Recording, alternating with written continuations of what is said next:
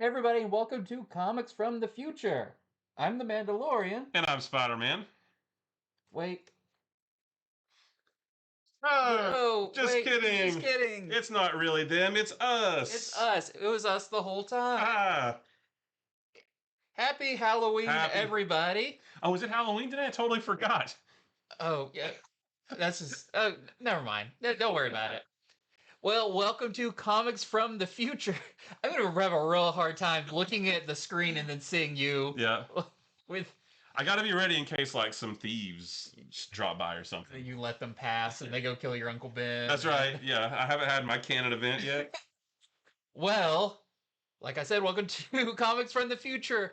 I'm Andy. I'm Matt. We're here with Infinity Flux Comics out of Chattanooga, Tennessee, and this is our big show where we show you some of the biggest and best books that you can pre-order by this weekend. So head on over to infinityflux.net right now, where you can start placing those pre-orders. That way, when these books come out in a few weeks, you're not missing out on any of them. You'll already have your name on them.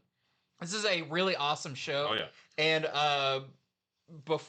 earlier today, we were actually on another call with some of the people at DC, including Joshua Williamson and Scott Snyder, Mark Wade. So we're coming at you with some fresh info about some of these books that you're not going to find anywhere else. Except maybe the internet. Except the internet in tomorrow a or something. hours. I don't know. Yeah. But yeah. Definitely stay tuned when we go over all of the big event stuff because it's going to be awesome. But let's get into it. So we're going to start off with our Prime Comic pre-orders and a book that we have both just read. Yeah, DCKO #2. Like Andy said, we got to read a copy of this just a little while ago, so it's fresh on our minds. This is, of course, written by Scott Snyder and Joshua Williamson with art by Javi Fernandez. And in this one, the tournament begins. It is now in full swing. Heroes have fallen. Dark side is near. Dogs and cats living together. The 32 champions have been chosen, and now they must compete to earn the Heart of Apocalypse, which is what this whole series is about, basically. So the first challenge is in here, which is battling across a deadly arena to acquire new weapons of war.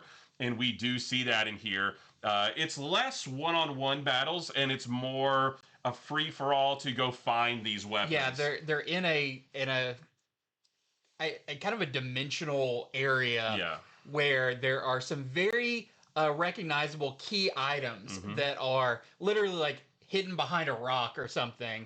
And it's essentially the first ones to get this go through. And if you don't find one, by the time the last one's found, you're out. Yeah, it does say the greatest powers of the DC universe are up for grabs. And like you said, there's a whole bunch of very powerful yet recognizable weapons and items and things that various DC characters use. Yep. And whoever holds them will advance to the next level, like I said. Superman has his doubts that the Justice League is doing the right thing, but there are others who have no problem killing to get what they want.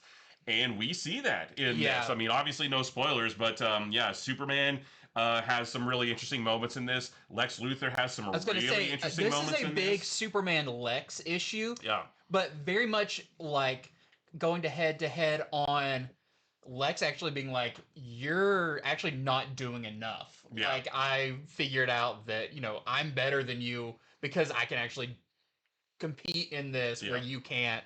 That's really cool. It's also very cool to see who actually gets some of these items. And which items they get. Get and how they use them. And during that call, they were talking about, like, this is brutal. Like, there were moments they were like, we didn't know if DC would let us do some of this stuff. Yeah, Scott Snyder said a couple times, he was like, so we wrote this part and we just kept waiting for Jim Lee to call us and say you can't do that, but they never did. So and that's what I'm loving about DC these days is editorials just kind of getting out of the way and saying, okay, creators, go create, do your thing within reason. Don't like go killing every character ever, but like within reason, go do your thing, and they have been, and it shows in the book. So this is a big and bonkers in the best way possible. Yeah. There are big moments, there are shocking moments for sure. There's some stuff that like is one of those turn the page moments. Be like, how can they do this? How can they get away with this? It is crazy.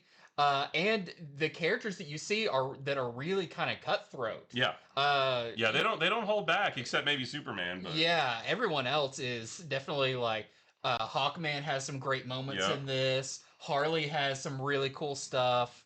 Um, you know, everyone Wonder gets Woman has a really cool moment yeah. near the end. I mean, it's some cool stuff. Lobo, Yeah, I mean, this is a book for DC fans yeah, who just, you want to see characters getting items you never thought they would, and, taking on each other in like really, ways that you would never seen them, go all yeah, out. yeah.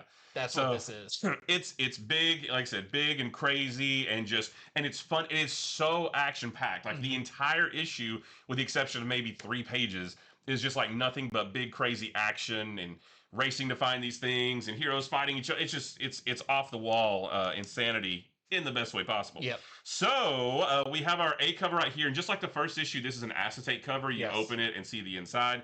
There is a Daniel Warren Johnson cover. These are all the ones I've pre-ordered. I Yeah, pre-ordered these are all the great. Daniel Warren Johnson ones. They are so fun. There's a Mike Del Mundo cover, a Tyler Kirkham variant. I like that one a lot. Yeah. Simone Bianchi cover. There is a Vasco Georgiev Darkseid cover. That's your artist on Flash. There's a Dan Mora bracket cover, which I really like that one a lot. There's a Ben Oliver Face Off cover. There's a Dan Mora AEW cameo variant. I'm not sure who that is on the left. Everybody in the comments, or do you know? I don't know right off. I did know, and I forgot. But I'm not gonna play the guessing game. And then don't flip it yet. This next one, don't look at it too long, because this actually does spoil some of the weapons that some of the heroes get. Yeah. But we do want to show you the Javier Fernandez foil variant. That's the foil version of the A cover on the inside of that acetate. Yep. So on top of this, we're also getting second printings of DCKO #1. So if you missed it the first time around, now's your chance to get it again. This is the A cover for the second printing of #1, and then there is also the Dan Mora. There was a name for this, I thought, but I can't remember. But It's your absolute. yeah, your I guess your absolute cover for the second printing of #1. So yeah, I can't wait. I might get that one just because I love his rendition of them. But yeah, this is gonna be really cool, and I can't for everything. They showed us some more things in the books to come, like the All Fight month in December. They showed us some interior pages from all of those books, and holy cow, like this thing is going to be so cool. Every single issue that ties into this is going to be so awesome. It all looks so good. You mentioned on the call that they're putting their like top tier creators, writers and artists on all of these books, so they're knocking it out of the park with all this stuff. Yeah, and as we go forward and talk about some of these different books, we'll sprinkle in little tidbits that we learned. We don't want to give too much stuff away because we heard a lot of things that are very like, don't talk about this yet, but we can let you in on some of the more public stuff or some more of the clarifying stuff, which I think is really cool. But we're gonna move on next to the Will of Doom #1. So this is actually, was this 3-issue miniseries? 3 issues, yeah. Yeah, 3-issue miniseries written by Chip Zdarsky and the artist cut by Kafu.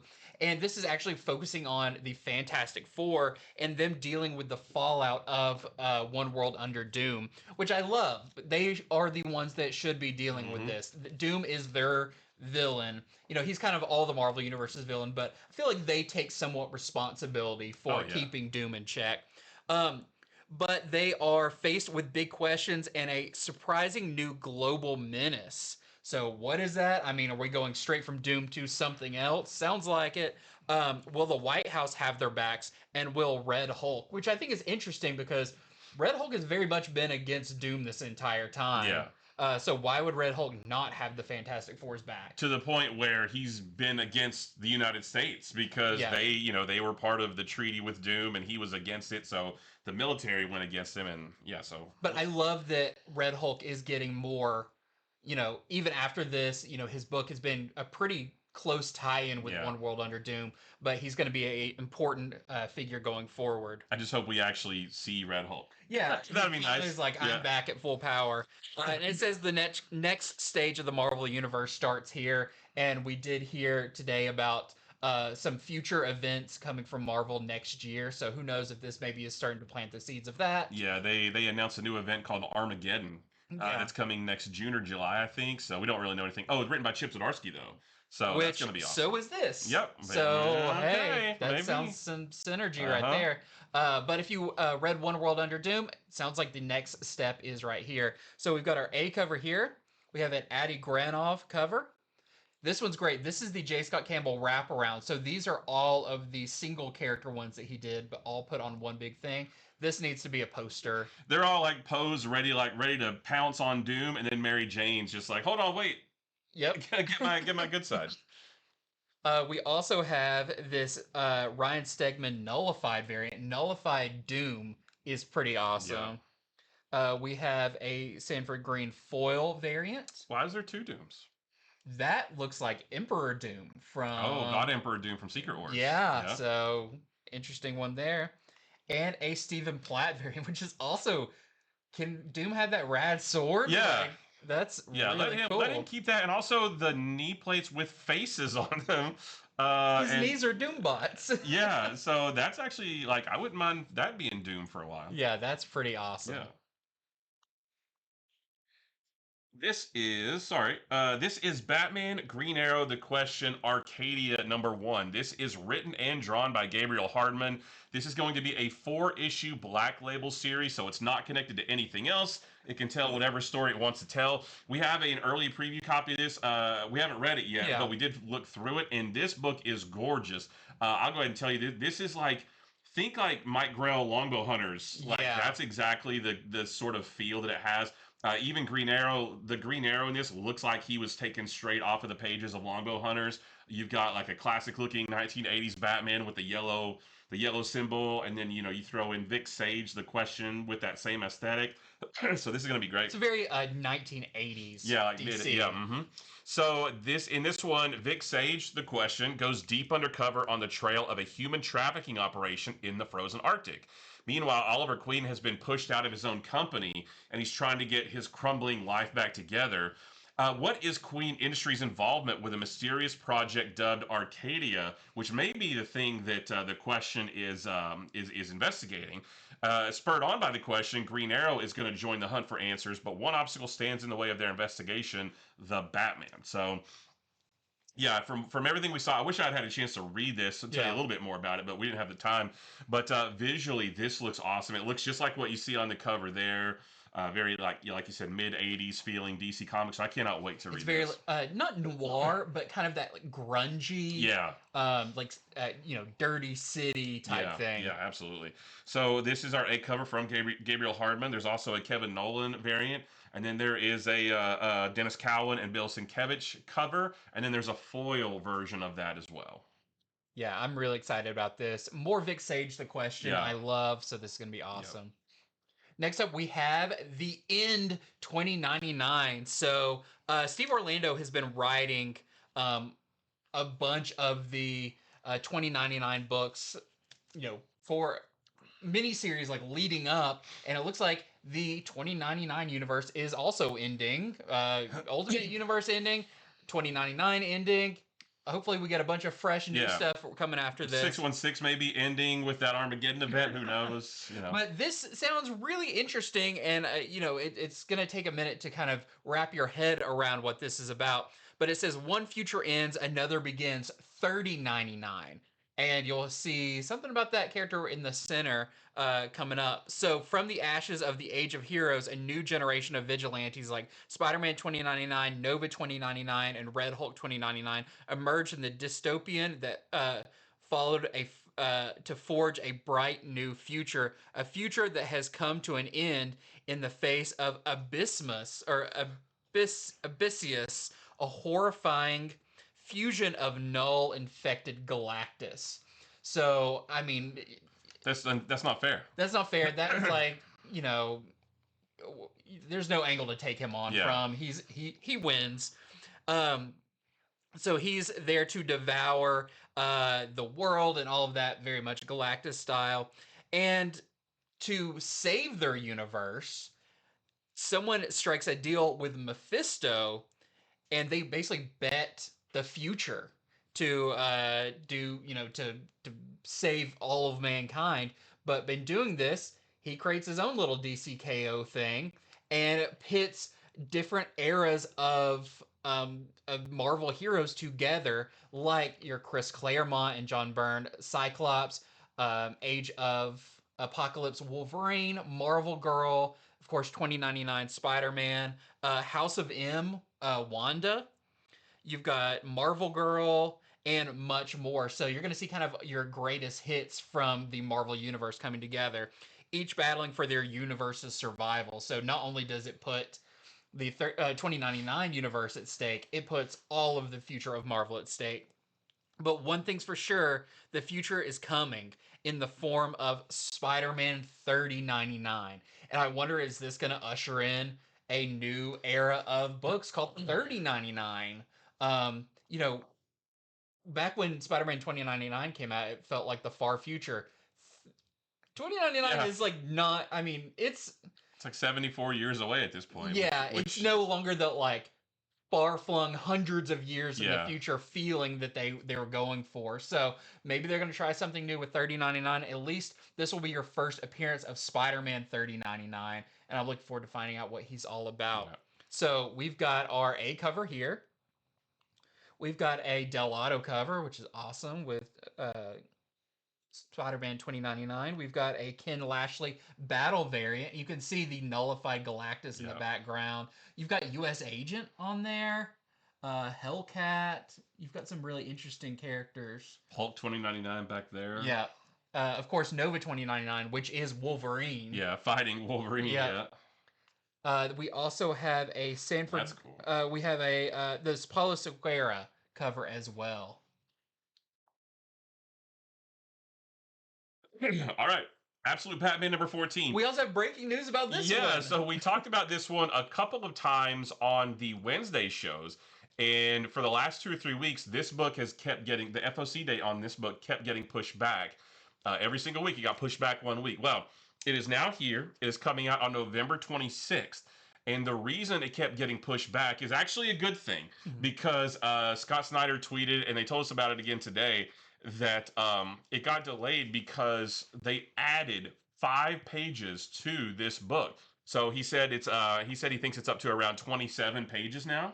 Yeah, I think they added even more pages since last we mentioned it. Since he last mentioned it, yeah. He said that they tried to condense this big final battle down into like the 20 or 22 page standard size, and they just couldn't do it. And then DC was good enough to just like let them have a little bit more time and add a few more pages as well. So we are getting a slightly increased size book. So to me, that's worth the wait.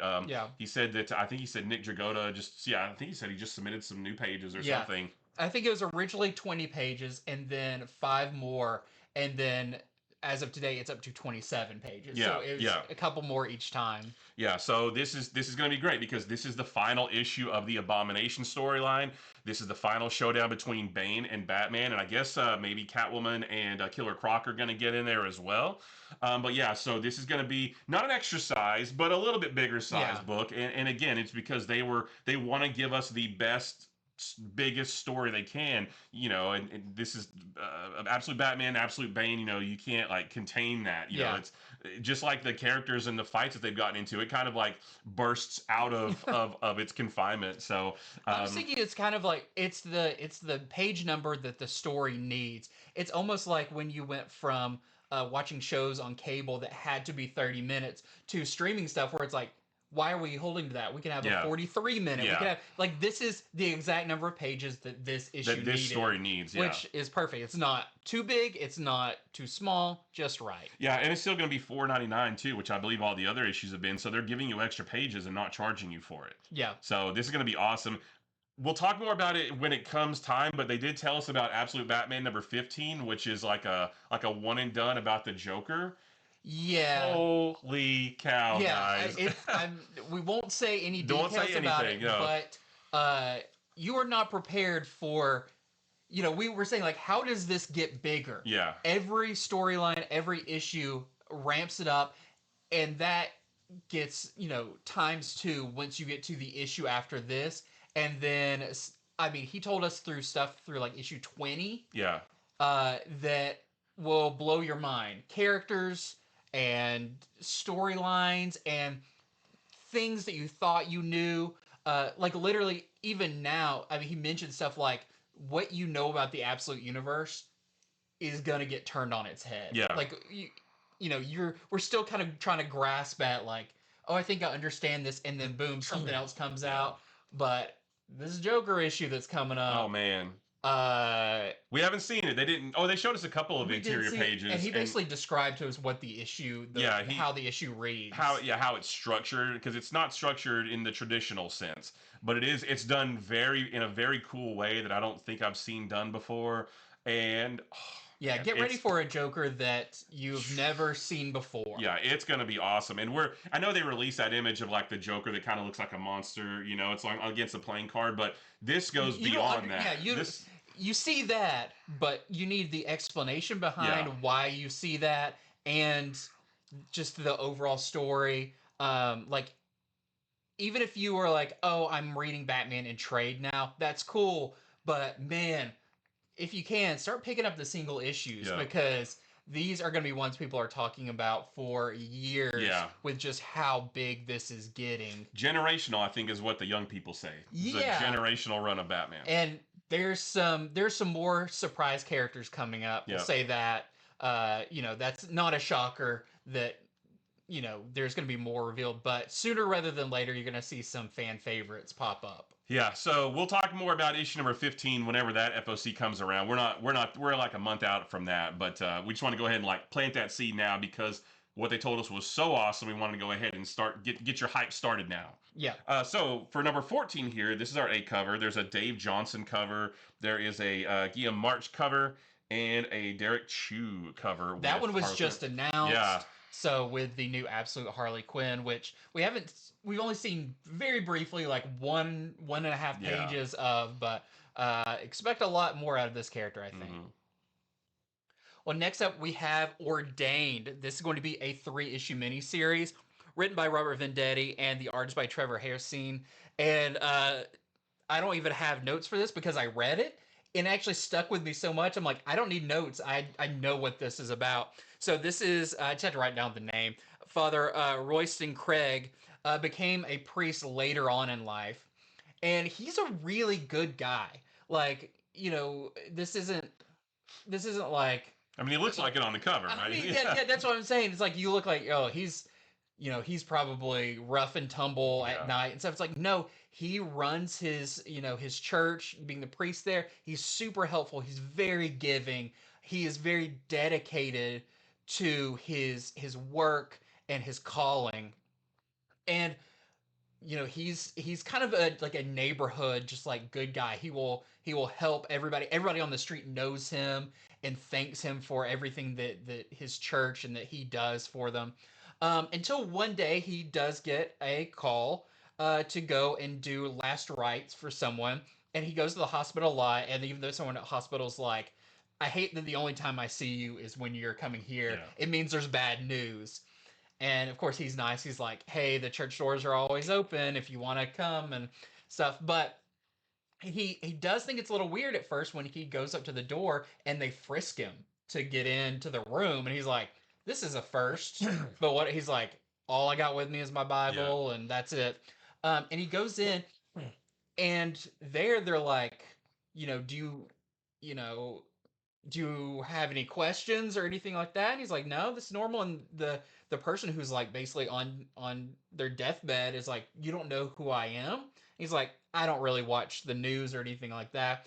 Only to find out when this man starts doing his confessions, he's getting ready to die. He's seems to have regretted a lot of things in his life. Suddenly it starts going from, I've done some sins to I've done some really horrible things. And he explains to the priest, I'm this very famous like mob boss, and I've killed and I've stolen and I've done people close to me, my enemies, all of that. And that's not a spoiler either. No, that's all solicitation. Yeah, that's not a spoiler. And the priest is even like, I might not need to be here or whatever. You're telling me too much. You're telling me too much. And the guy's like, nope, I'm on my deathbed. This is it. Yeah. And the priest goes like, it is not my job to judge you. So I'm going, I do the last rites. He does all of that. He leaves. And then something happens. The next day, that person that told him all this, that mob boss, has a miraculous recovery. They are on their feet and good to go. And they realize, I told that priest way too much. I told him like you said in a previous thing, where the bodies are buried. Yeah. Literally like admitted to crimes that he hadn't been convicted of yet. And he basically says, you need to go take this priest out. He knows too much, basically. He knows too much, and it does go on from there. You see the first encounter between this priest, who you learn can actually take care of himself because he is an ex-Marine, and these are Navy SEAL, and that's in the solicitation too. So that's yeah, not that's in the spoilery, solicitation. But that's just the beginning of this issue. There is tons of action, but what I really liked about this is that this is a really good guy who's been put in a very hard circumstance. So I know this isn't necessarily on a lot of people's radar. A little bit because it got announced to be a TV show with, I think a TV show and not a movie, with Colin Farrell playing our main character here. But I wanted to tell you about it because I thought this was excellent and you need to pick this up because it is very exciting. Great new book from Bad Idea. So we have our A cover here. We have a Charlie Adler variant. So if you want to see what the guy would look like if he was in Walking Dead. And we have a Lozzie Chromium variant, which is really nice. Next, we have I Saw Santa, a Spawn Universe Christmas story. So I don't know that we've ever had a Spawn Christmas special before, have we? No, I mean, there's been covers and stuff. There's the one where, like, he's dressed up as Santa. Yeah. There's issues of Spawn that have taken place at Christmas, but not a Christmas special. Yeah. So this is written by Chris Callan and Andrew Sanders. The art is by Tom Nachlik. And Santa gives presents to the good kids, and he gives coal to the bad kids. We know that. But what happens when one disturbed child takes offense that Santa gave him coal and makes it his life's mission to torment jolly old Saint Nick for the rest of his life? Sam and Twitch discover the bodies, but only Spawn can put an end to it. So this sounds really cool. I wonder if he gets a glass full of eyeballs and a plate full of ears, I guess, maybe. But yeah, so this sounds really fun. A kid really, hey, I don't deserve that coal. I'm going to make it my life's mission to torment Santa Claus. If he needed any reason to why that kid got coal, it's because of that kind of action. For sure. So this should be fun. This is our A cover, and then we have a blank cover, and then there's a Todor Herstov cover, and then a Greg Capullo cover, wraparound cover. So look at that. That looks awesome. That is McFarlane did a series of action figures that were like holiday action figures or something. Oh, okay. And this was the design for the figure. This was back in the 90s or early 2000s when this came out. But yeah, I think this was called like Santa Claus with claws. Okay. But yeah, seeing that now, I'm like, oh man, I remember that figure. That was awesome. Nice. Well, next up we have Big Event Check-In, and we've got Marvel and DC coming in hot with this one. So we're going to start off with Justice League Unlimited, number 13. What's funny about this, the solicitation for it starts off correct. It talks about the Terrific 10, Part 2, and then it starts doing the solicitation for an issue that was like 5 or 6 issues ago. So on the call, we got to hear from Mark Waid talking about this story. And from reading it, we know kind of the basics of what's going on, as Mr. Terrific has assembled this team of time-displaced heroes or versions of them, and they're going on a mission to hell because it seems Neron, the villain, has struck a deal with some of the remaining villains on Earth and supercharged them. Their powers are kind of way overkill at this point. And it seems to be like a previous event where Neron did something like this. So this team is going to head into hell to face Neron, but not everyone is going to make it out alive out of this team. And we do know that, you know, they're moments in time personified. Yeah. So it's not like they're the actual heroes, but they are a second of them from their life. But I love this team. I do too. I don't want them to die. Awesome. I want this team to be this team. Yeah, I want this to go further. I want more of this. Yeah. So I'm gonna be, you know, acting like these are the main heroes, and you know, don't take out, Blue Electric Superman. Don't take out Hook-Handed Aquaman. Yeah. I want more of them. So a great tie-in to DCKO. Not the most like big part of the main story going on, but I think this is another one that shows you how dire things are outside of the tournament that they have to deal with. And Mark Wade was on that call. He did tell us that this is kind of a slightly darker story, and he's been writing it kind of dark, and then he'll give the script to Dan Mora, who goes even darker with it. They showed us some interior pages, I think, from a couple issues from now. And there's some pretty dark, crazy looking stuff, especially for a Justice League book. So this is definitely one to keep on your radar. Yeah, he said, just wait till you see Dan Mora's version of hell. Like, it's crazy. Yeah. So can't wait for this one. One of the best series out. We've got our A cover here by Dan Mora. We have a Marcos Martin cover. We have a Lionel Francis Yu cover. We have a Jeff Spokes cover. And we have a Salvador LaRocca cover. And next we have Superman number 32. So in this one, Lex Luthor enters the fray. But how did he get to the tournament in the first place? Well, we get a little bit of that in DCKO number 2. Although this comes out, this comes out on the same day as DCKO number 2. Can Superman and Luthor work together to learn about the heart of Apocalypse and how to stop it? And who's protecting Metropolis while the heroes are away?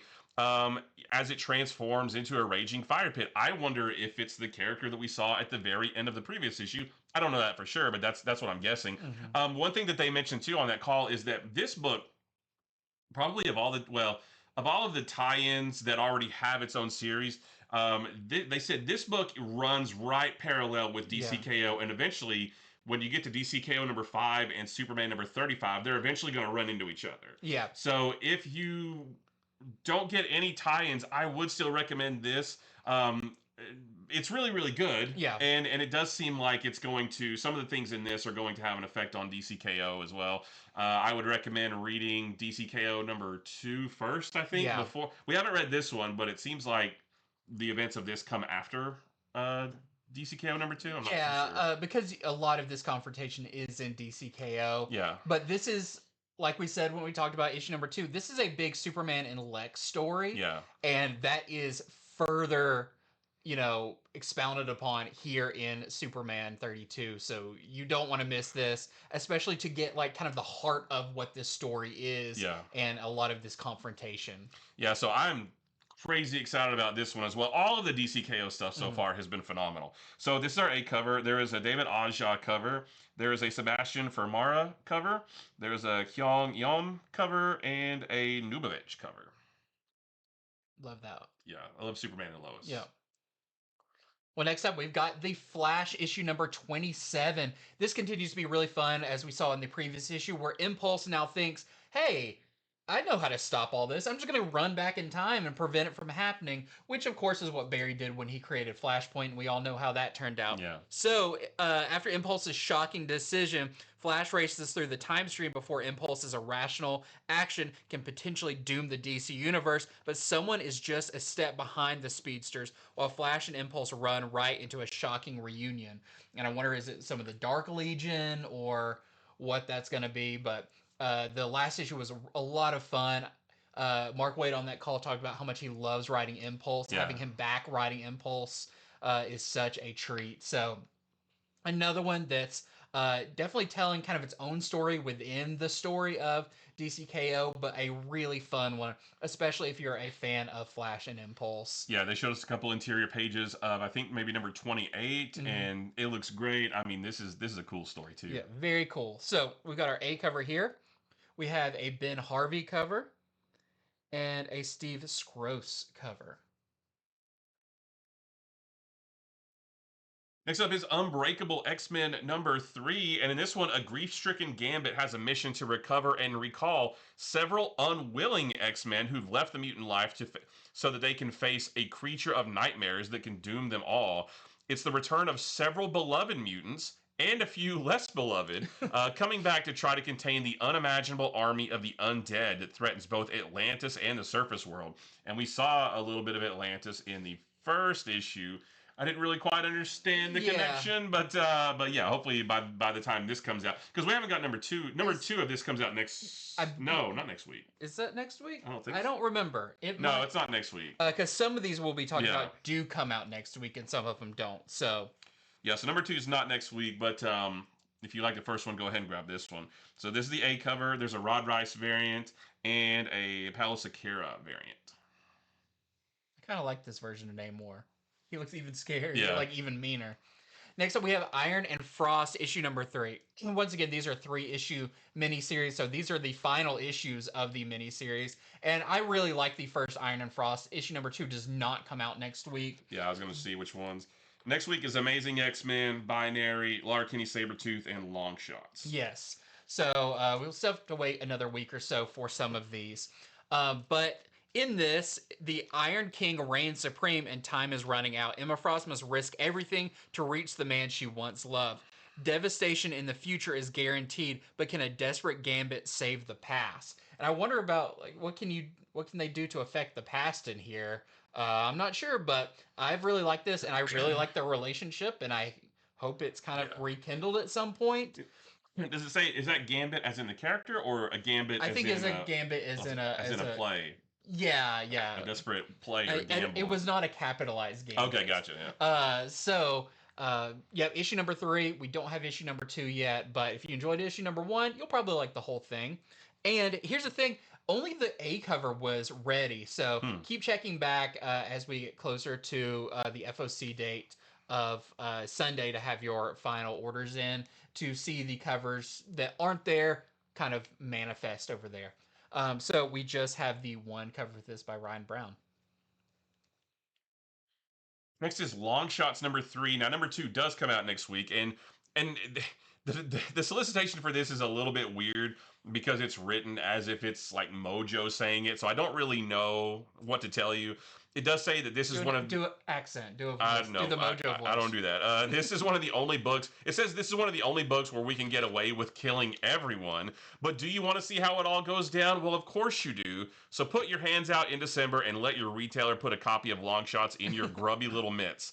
And then for you, it says, or are you a retailer? Well, then get to ordering. So hurry up and start ordering. Okay. But yeah, so I don't really know what to tell you about this issue. Weird one. How why this is a Age of Revelation tie-in is it's kind of in its own little bubble. Yeah, it doesn't. This isn't touching anything going on with Revelation at all. But yeah, this is our A cover. We have a Mark Bagley variant. I like that. Cool. And then there's a Greg Land variant with Hellcat. Well, next up we have Sinister 6, which was definitely one of the best ones of the issue number ones. Yeah. And in this one, because it's number 3, something happens in issue number 2, and in number 3, Sinister 6 have caught the attention of Revelation himself. Can this group of scrappers and thieves fight their way out of this, and what are Mr. Sinister's true intentions for them? Which is kind of a weird thing through the whole thing. You're like, Mr. Sinister, like... it's in his name. He's sinister, but he seems to be doing, he's fighting against Revelation. So it's like a enemy of my enemy is my friend. Yeah. We saw Venom just join the team in the first issue. So I'm really excited to see where this series goes. This is a really fun group that they've assembled that's kind of you'd never see some of these characters interact. And it's really cool to see that. So we've got our A cover right here. We have a Netho Diaz cover that's really nice. And a Matteo Lolly cover. I like this version of Black Cat. Yeah. It's cool. Next up, we have more Essential Comics. Starting with Absolute Wonder Woman number 14. And this is part 2 of this 2-part storyline that they've been telling. They started in the last issue.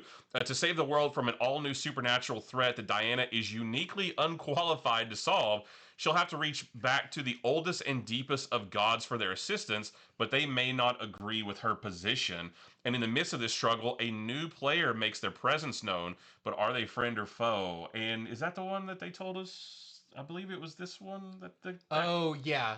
I believe that character is showing up in this. Yeah, there's a character that's going to play a pretty big role in Absolute Wonder Woman that you saw in the previous issue. Yeah. But... Well, 2 issues ago. 2 issues ago, yeah, from this one. And we're not done seeing that character yet. Right.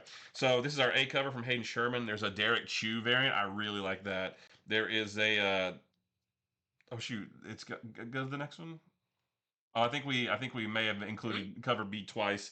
And there's a Dustin Nguyen variant. I don't remember who the Who the other cover Terry was? Dodson. Terry Dodson, yeah. You can see it on our website, Yeah. infinityflix.net.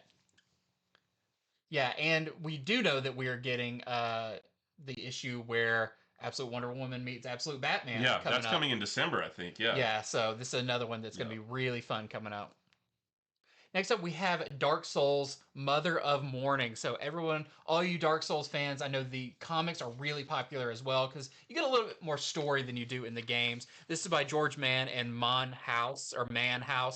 Hope is fleeting feeling for Knights of the Morning, but the Knightly Order are willing to bet everything on their last chance of salvation. In search of a hero to rekindle the flame, these knights turn to the Mother of Lilies, a soulless, mummified saint with legends about her ability to restore balance to the world. The knights believe that her lost soul will resurrect her and bring them their sought-after champions to guide them to solace, but madness looms. So if you are a fan of the Dark Souls world, don't miss out on this one. I love George Mann, wrote some fantastic Star Wars books, so this one sounds really fun as well. We've got our A cover here by Berens, and then we also have our Wong variant. We've got a Knot variant, that was really cool, and a Man variant, which that is your interior artist. And next up is Skinbreaker number 3. And in this one, new enemies have come for the Elder and his tribe. And if you read number 2, you kind of saw the crazy thing that happened there. But are his own people an even greater threat? And if you read the first couple issues, you know what that might be referring to. So that's pretty much all it says for now. But I'm loving this series so far. So this is our A cover. And then there is also a David Finch portrait variant with maybe one of those not so nice tribesmen. Why would you say that? I don't know. He's smiling. Yeah. That kind of looks like the Age of Revelation Wolverine skull. Well, next up we have Amazing Spider-Man number 17. Now, issue number 15 comes out next week. So these are the on and off again storylines, where the one we get next week is the Space Spider-Man. Yeah, the odd numbers are the Space Spider-Man stuff. And then this one will be following that one. But this one, not a whole lot of info about what's different about it. It just says, Peter's lost in space with no way home. We knew that. Does he even want to return after a shocking defeat at the hands of Hellgate? I'd say he probably does want to return home. Eventually. The cosmos ain't the friendliest of neighborhoods for Spidey and his galactic gang of outlaws. If they don't learn to work together fast, they'll never leave the planet they're currently stranded on alive. So we just know this is, Spider-Man in space, and a lot of fun to be had with it. I'm really looking forward to issue number 15, reading that maybe tonight, and we'll let you know about it on Monday. But this space story, I think, has been a lot really cool and a lot of fun. So we've got our A cover here. We have a Clayton Crane nullified variant, which kind of looks like a doppelganger, just without the arms, but the mouth. We have the Libra Mayho cover. It makes it creepier that that's Norman peeking in the window. Yeah. I don't necessarily like that. I like the cover. Well, he's just checking on his son. Nobody else. Yeah, we'll go with that.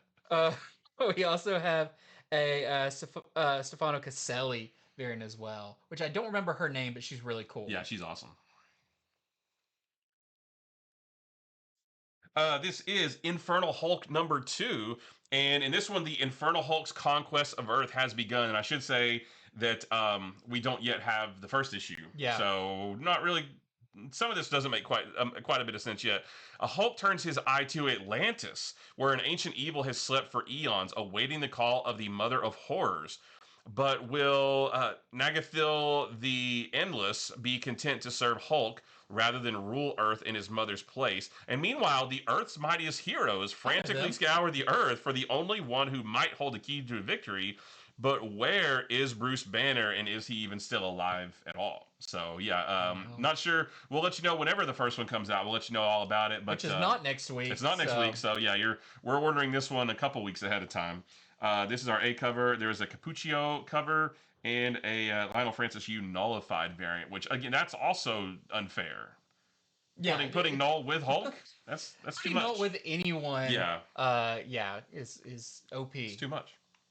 Well, Well, next up we have Nova Centurion number 2, which number 1 of this is not out yet, and it doesn't come out next week, so we've got a couple more weeks to wait on issue number 1. But this one does say, taking a job for the gangsters of the Kree Skrull War, Nova hunts a mysterious thief, but business becomes personal when the trail to an old nemesis and the opportunity to settle old scores going back to the Annihilation War becomes worth more than any reward. Which I love they're pulling in stuff from the Kree Skrull War, Annihilation. Yeah. That's like prime space Cosmic stuff for Marvel. Enter the murderer of untold Nova Quartzman Ravenous, which I remember the name and I remember the look, but I don't remember a lot about him. I would need to go back and reread some of the Annihilation stuff to get the full picture. But I'm very excited about this. I love Richard Rider Nova, and this is going to be a lot of fun. So we've got our A cover here. We have a Betsy Cola variant and a Scott Hepburn nullified variant, which that's nullified and with Venom's tongue. Yeah. And it's also a spiral, like very null. Well, yeah, it's a nullified variant. It's nullified, yeah. That's a spiral, yeah. Next up is Marvel Knights Punisher number 3. We don't have number 2 yet, and it also doesn't come out next week, but I love the first one. Frank Castle's enemies would like you to believe he's finally lost his humanity, and maybe he has. And maybe he has. If you read the first issue and you saw how it ended, like, that was pretty crazy. No one's going to tell him otherwise, except for Everett K. Ross. But what does the Punisher have to do with the world to come? And that's what I'm really interested in, to see if maybe he has something to do with whatever the heck event happened that caused the world to change. I don't even know what that was. We don't know what it is yet. But I think we're supposed to get the answers the next issue for World to Come. Okay, good. And maybe it will harken to something that happens here. Yeah, maybe it'll have something to do with this. So this is our A cover, and we have a Rod Rice variant. Next up, we have Ultimate Spider-Man issue number 23, the penultimate issue of Ultimate Spider-Man. And I'm very interested. Should be called Penultimate Spider-Man. Oh yeah, they should. That would have been good. Yeah. Scotty Young should have done that variant. Right. But I'm really interested in this one because this doesn't tell us a lot about what happens in the solicitations or anything. But we do know, of course, we're leading up to Ultimate Endgame and all of that.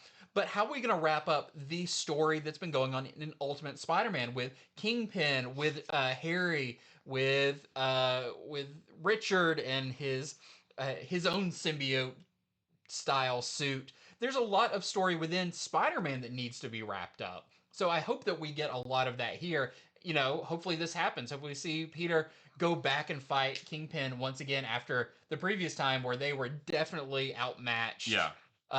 So if this is ending, it is sad to see it end, but I'm looking forward to it going out with a bang right here at the end. So we've got our A cover right here, and we have a Vincentini cover as well. So, I mean, I'm guessing we're going to get a Kingpin fight. Hope so. This is Ultimate Wolverine number 12. And after the devastation in Ultimate Wolverine number 11, which I don't think have we gotten that one yet? I don't think so. Wolverine's out for vengeance, and he's taking on the whole of the Eurasian Republic in this big, bad, and bloody climactic issue. Who will be left standing? Although I don't know if this is is this the final? This is the final issue. Oh, at number 12. Oh, I think this is the final issue. No, there's a 13. It was in the most recent previews, I believe. Was it? Okay. Which I thought was weird that I was like, oh, I thought it was over by this point. Interesting. But yeah. Yeah, because I'm not sure what this series is going to.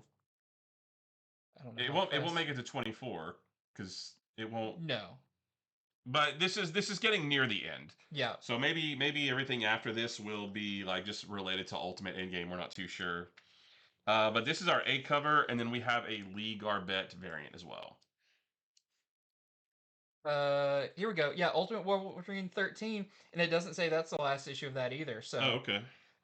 Yeah. But there's a maker on there. So the maker's on there, so maybe it runs into Ultimate Endgame. Yeah. Anyways, continuing stories. Starting off with Supernatural issue number 2. Number 1 was a big hit. Supernatural fans rejoice because you finally got some more stories after so many years. And in issue number 2, it sounds really fun. Sam and Dean are just about broke when Dean hits on the idea of raising money the old-fashioned way by gambling what little cash they have at the casinos in Vegas. Makes sense. Sounds it's worked for everybody I know. Well, there Sam makes a friend at the bar. Strangely enough, this sympathetic siren seems to have an uncanny ability to change the brothers' fortunes for the better, or possibly for the very worst.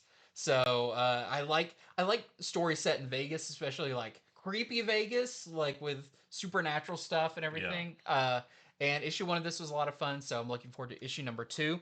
We've got a couple of covers for this. So this is your A cover.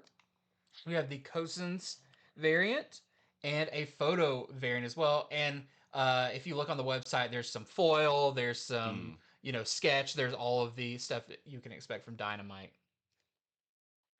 Next, we have Detective Comics number 1103, and this one is going to guest star Superman. You can see him right there on the cover.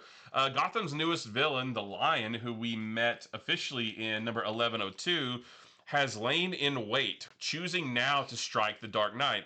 Meanwhile, the infection coursing through Batman's veins continues to work its way into his central nervous system, leaving him vulnerable on 2 fronts. Poisoned and alone, Batman has run out of places to look for help, but maybe all he needed to do was look up. Which nice tie into the Superman movie, the look up thing. So yeah, I have been really enjoying this storyline, and then now you're going to add Superman to the mix. I think that's going to be really cool. So this is our A cover. There's a Greg Smallwood cover. I'm getting all these because they look like photographs. Yeah, I think they look so cool. There's a Lee Garbett variant and a Stephanie Hans variant. That looks like the Batman. Yeah, the Robert Pattinson. Yeah. Okay, next up we have Immortal Legend Batman issue number 4 of 6. And this one sounds cool because Immortal Batman is stranded on a planet of poisonous plant life. What? Who could be behind this poison? The ventriloquist. And with all those ivy going around there. I don't know. You're Mad Hatter? I don't know. Yeah, probably. You'll have to read it to find out, but continuing this really cool series, we've got our A cover here. And we have this really nice Dan Mora variant. Yep. Next is Spider-Man and Wolverine number 8. Which is an ongoing series. Yeah, or a 10 or 12 issue. I don't know. I thought it ended at 6, and then it's still going. And I'm glad because this is awesome. So in this one, Peter and Logan have met their demise. Blame Reed Richards? Huh? And an all-new villain as well. So this is going to be, it sounds like the first appearance of an all-new villain. And I wonder if it looks like a mix of the two. Yeah. So that kind of looks like an homage to maybe like Amazing Spider-Man 129, like the Punisher, or wasn't there another cover that had crosshairs like that? It's kind of like like an X-Force cover or something. X-Force, but it had like 4 or 5. Yeah, so it's a little bit. I love this series though, so I can't wait for this. This is our A cover, and there's a Nick Klein nullified variant. That is brutal. Yeah. That has very when Wolverine lost his nose and went savage. He's got that hair and everything. Next up, we have all new Spider-Gwen Ghost Spider issue number 5. This has been really fun, and this last issue that came out this week was probably the best yet to see Gwen and Black Tarantula face off against this new villain. Well, in this, Gwen teams up with Silk, Miles, and her new ally, Agent Anti-Venom, while they're on the cover, but we saw them kind of get introduced in the this last issue as they go up against this villain that seems to match Gwen move for move. So yeah, it continues to be a really, really fun book. We've got our A cover here. We have a Girahiru Winter Break variant with Hellcat. Funny enough, not in this book. She's gonna be cold. She's gonna be cold, but she's hot. We've got a Megan Hetrick cover. And we have a Salvador LaRocca nullified variant. It's just a cool look. Yeah. And this is Spirits of Violence number 3. Number 2 does come out next week. We'll talk about it on Monday. But in this one, Johnny Blaze, Danny Ketch, and their allies have learned of the existence of a dangerous new violent spirit, the spirit of violence. And we saw that a little bit in the first issue. But what are its origins, and why has it chosen Danny Ketch's sister Barbara as its avatar? Can she be saved, and is she truly even alive at all? So don't miss out the second issue if you got the first one. This is our A cover. There's a CF Villa variant and a Jorge Fornes variant. Next up, we have The Beauty, issue number 2. Number 1 came out this week. It's awesome. Once again, Ignition Press doing incredible stuff. And in this one, after Nox's botched mission in the previous issue, which we saw, she finds herself up against the wall to make amends. And we saw that mission went a little sideways, and some people might have not made it out of there alive, and that doesn't look good for this undercover mission. Meanwhile, meteorologist Kevin Frost panics over his competition from the other weathermen in town, takes a turn as he goes to attend a beauty party, which we saw a little bit of that in the last one. And it seems to work out okay for him, but not so much the other attendees at the party. And that also kind of happened in the last one, but the last page definitely set it up for something crazy to happen next, because that party went one way, and then you turn the page and it was very scary. It zigged when you thought it was going to zag. Yes, exactly. So we've got our A cover here, and we've got Emanuela Lupacchio variant, which is your interior artist. And next up, we got a cover gallery. This is Green Lantern number 29, the Terry Dodson and Rachel Dodson variant. And next, we got some really cool Harley Quinn covers. So this is for Harley Quinn number 56. This is your David Nakayama cover. We have a Raza cover. That pizza's going to fall. Yep. And we have a Jessica Luna cover. And we're leading up to the big anniversary issue of Harley Quinn, which they talked about, which sounds really fun, with Terry Dodson doing some art on that. Yeah, the big number 200. It'll be number 200 for Harley Quinn. This is Justice League versus Godzilla versus Kong 2, number 5, the Kevin Maguire variant. Fly faster. Yeah. Put a bubble around yourself, yeah. Next, we have Trinity, daughter of Wonder Woman, number 5 of 6. This is your John Boy Myers cover. I like that. That's so nice. Yep. We have a Jay Lee cover, great homage to Death in the Family. And we also have a Jorge Corona variant. And something they told us about this series too on the call today is that when this is done with number 6, this isn't going to be just like okay, that was fun, forget it. Some of the stuff that happens in this series will inform kind of what's coming next in the mainline Wonder Woman book. So don't sleep on this one. This next one is Starship Godzilla number 3. This is the Gooch variant. That's really cool. Next up, we got Disney Villains Maleficent number 2. This is the Santos variant.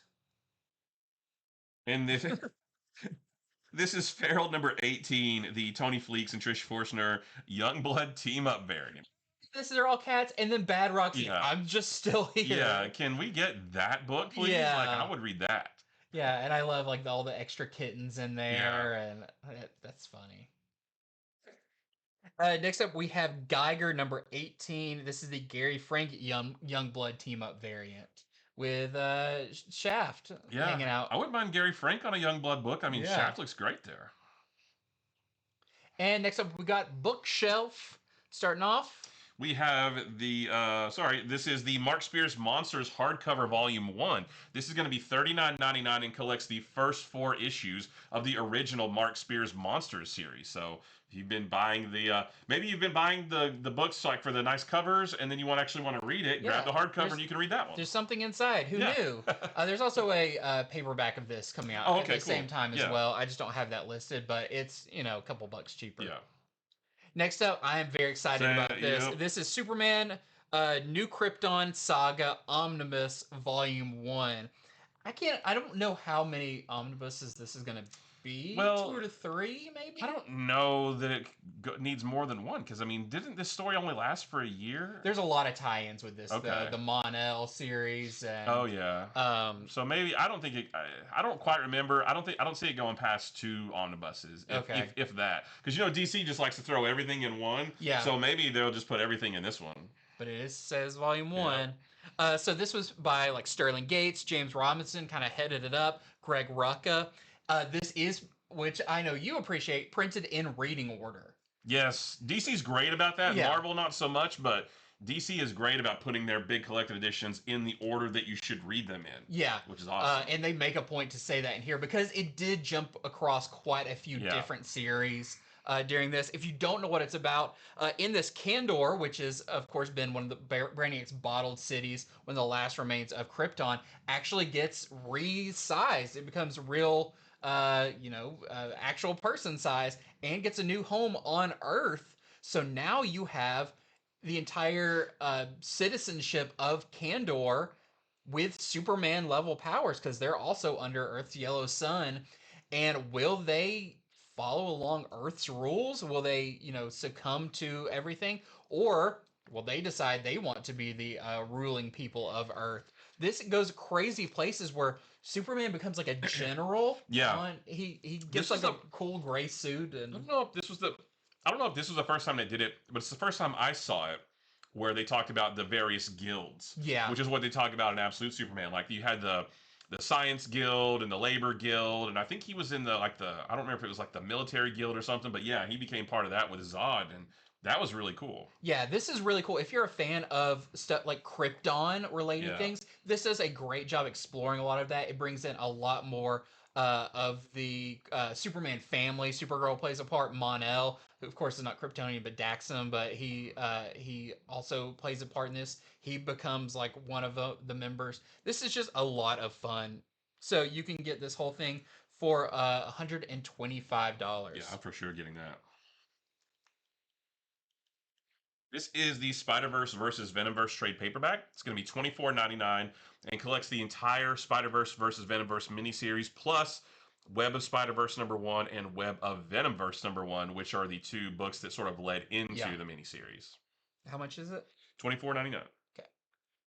And next up, we got a couple of new printings for you. Going to kick it off with Absolute Batman #13. This is the second printing, so this is your kind of first official Absolute Catwoman issue, and there is also a foil version of that as well. We're also getting a second printing for Wonder Woman #25, which is the first appearance of this character, who is called the Matriarch, I believe. Yeah. So yeah, grab this one. And then we have a third printing of Marvel, DC, Deadpool, Batman #1. This is the Adam Kubert printing cover. So I do love when these get new artists covers. So if you've been collecting them, don't miss out on this one. And that is it for our spookiest episode of Comics from the Future. Which, now I'm just normal clothes and you're just sitting there like a maniac. I know I should have dressed up today. I know. But, so thank you so much for watching. Make sure to head on over to infinityflux.net where you start placing your pre-orders for these books. Most of these come out around the end of November to some of them beginning of December. But it's super important that you get your orders in, because we have to get our orders in and we want to make sure we get enough to fulfill all of your comic needs. So infinityflux.net, super easy. If you don't have an account to set one up, it's free and you can start ordering your comics right away. Make sure to like and subscribe so you don't miss out on any of our awesome comic content.